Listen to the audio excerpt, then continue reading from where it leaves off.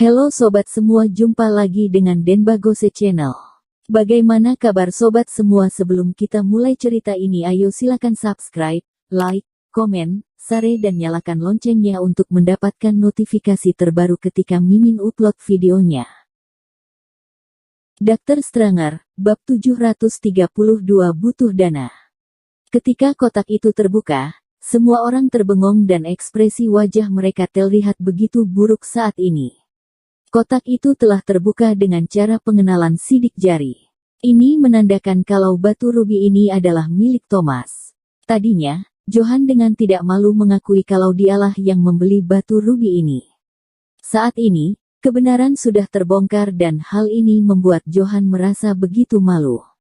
Setelah kotak itu terbuka, Johan mengeluarkan kalung yang ada di dalam kotak itu sambil berjalan menghampiri Melissa. Dia lalu mengenakan kalung itu pada lehernya.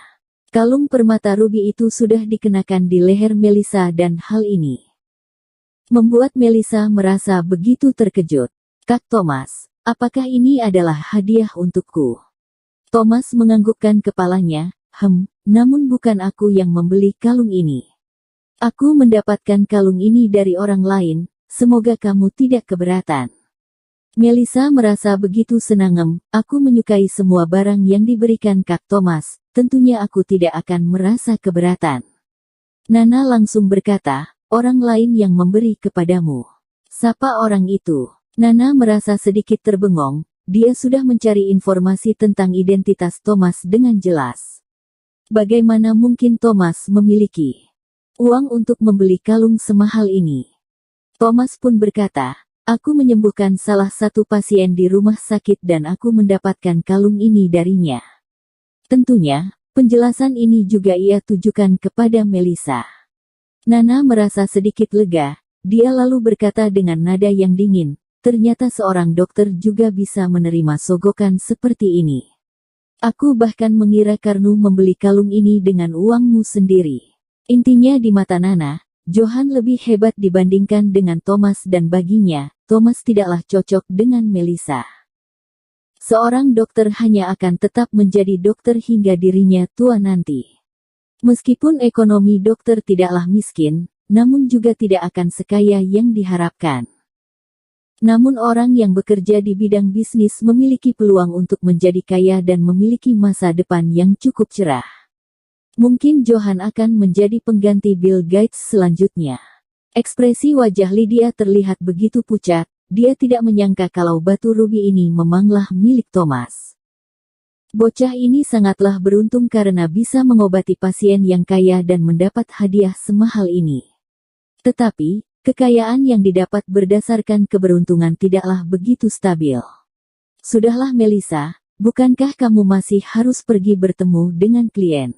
Cepatlah pergi, jangan menghabiskan waktu dengannya lagi," kata Lydia dengan nada yang buruk. Nana juga berkata, "Benar, klien yang aku cari untukmu itu berkata kalau ia bisa meminjamkan uang dalam jumlah yang besar. Dia sudah bekerja dalam waktu yang lama di bidang ini." Melissa menganggukkan kepalanya, "Baiklah, kalau begitu mari pergi.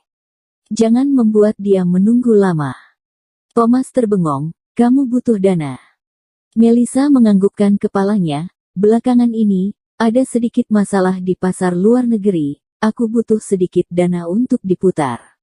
Ada sebagian besar barang ditahan di bea cukai luar negeri dan barang-barang itu tidak bisa dijual.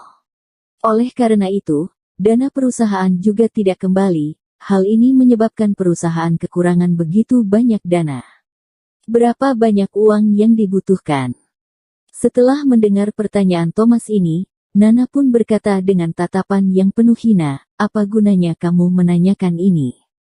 Apakah kamu bisa membantu? Jangan lagi menambah beban Melissa." Melissa berkata, "Kak Thomas, mari pergi bersama kami." Thomas dengan susah payah datang ke tempat ini dan dirinya tidak mungkin langsung kembali. "Baik." Setelah mengatakan itu, mereka bertiga pun pergi. Saat ini, Johan hanya berdiri di dalam rumah dan merasa begitu canggung. Dia merasa begitu malu akan kalung tadi dan dia pun mencuri kesempatan untuk segera pergi dari tempat itu. Dalam perjalanan, Nana pun berkata dengan suara yang pelan, "Melissa, untuk apa kamu membawanya? Kita akan pergi berbisnis dengan Direktur Yuan, sepertinya dirinya tidak cocok untuk berada di sana."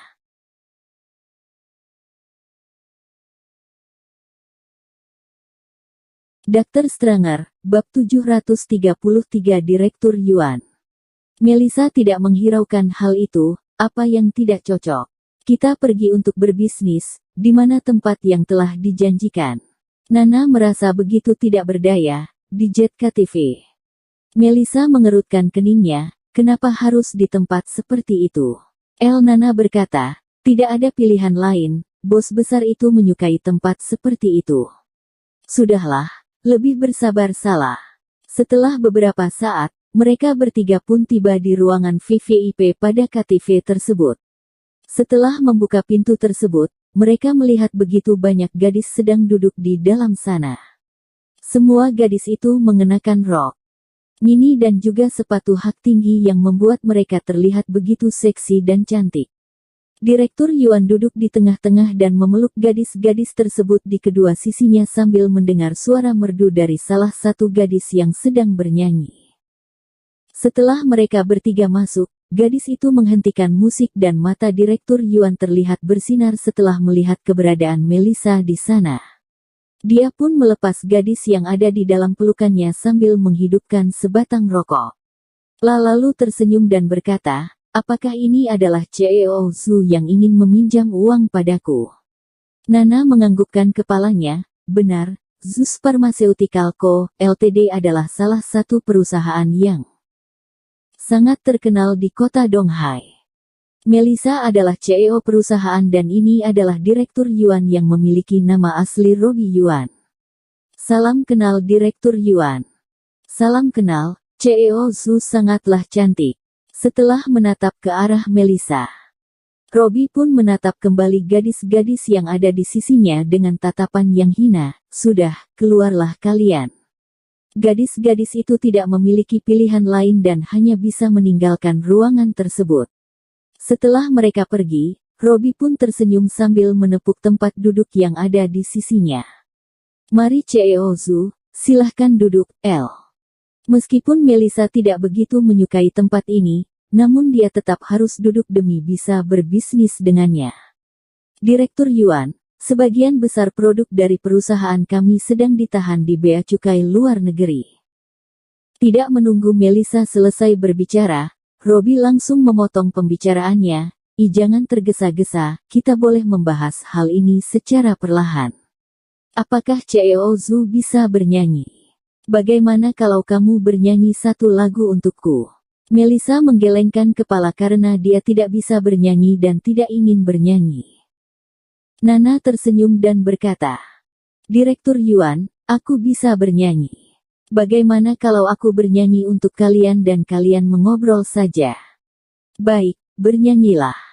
Nana meraih salah satu mikrofon dan mulai bernyanyi dengan alunan lagu yang ia pilih. Robbie mengambil sebotol bir dan meletakkannya di depan Melissa. "CEO Zhu, kamu datang untuk berbisnis denganku dan kamu tidak perlu panik seperti ini. Mari minum terlebih dahulu, aku akan menghabiskan satu botol alkohol ini sebagai tanda hormatku padamu." Setelah mengatakan itu, Robbie langsung meminum bir itu hingga habis hanya dalam waktu beberapa detik saja. Melissa merasa sedikit ragu. Dia lalu meraih bir itu dan mulai meminumnya.